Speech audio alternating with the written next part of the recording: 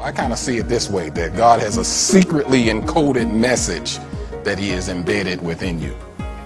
That while he was forming you and fashioning you, he also kind of threw in some messages and coding there about what he wants to do with you. We're talking about what we need to add to our faith, add to the fact that we are already walking with the Lord, that we're already committed to him. He said, now add to your walk, add to your commitment these things. And if we do it, we'll never stumble. First thing he said is add virtue. Virtue is moral excellence. That's the very definition of the word. A moral goodness, being excellent. Some of the other definitions said more excellence in character, attitude, and disposition. Excellence at work. This is talking about who you really are. Do things right. Do it right the first time. Do it right because it is right. Not just when people are looking. I remember being challenged in this, especially since, as I mentioned earlier, I was heavily involved with technical and media stuff. And so when you work in a technical field like that, that's one of those fields that forces you to be very detailed and do things right. Because if you don't, it's going to catch up with you somewhere.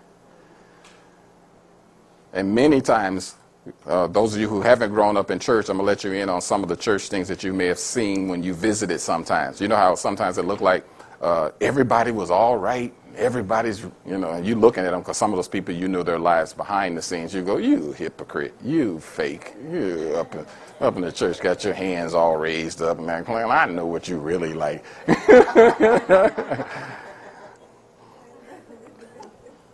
But one of the things that happens in church is people know how to, they try to impress the pastor.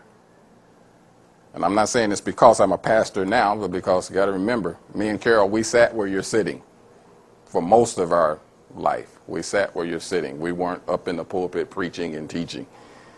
And this is about who you are behind the scenes when nobody's looking. One of the things that happens in church, they have in the churches that we were in, they would have a portion like what we do, the praise and the worship. And so there would be people who all during the praise and worship while the worship leader is up and the pastor's not in the room. And so they're just kind of so they're like, and then as soon as the pastor walks in, they go,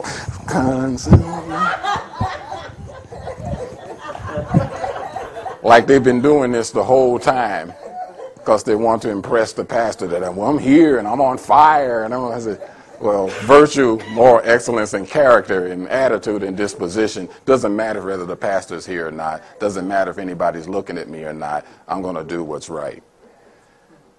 It's sort of like all the honor system stuff that's on our jobs, like they're trusting you to be on time, trusting you to take your break at the right time and to come back in the right amount of time. Yeah, that kind of stuff. The trust that there's moral excellence, who you really are. Do what's right because it's right. We live in a country where it's easy to follow along with everybody else because the phrase is always, everybody else is doing it. So I want you to remember this phrase. Right is right, even if nobody's doing it. And wrong is wrong, even if everybody is doing it. Woo! Remember that. Right is still right, even if nobody's doing it. And wrong is still wrong, even if everybody is doing it.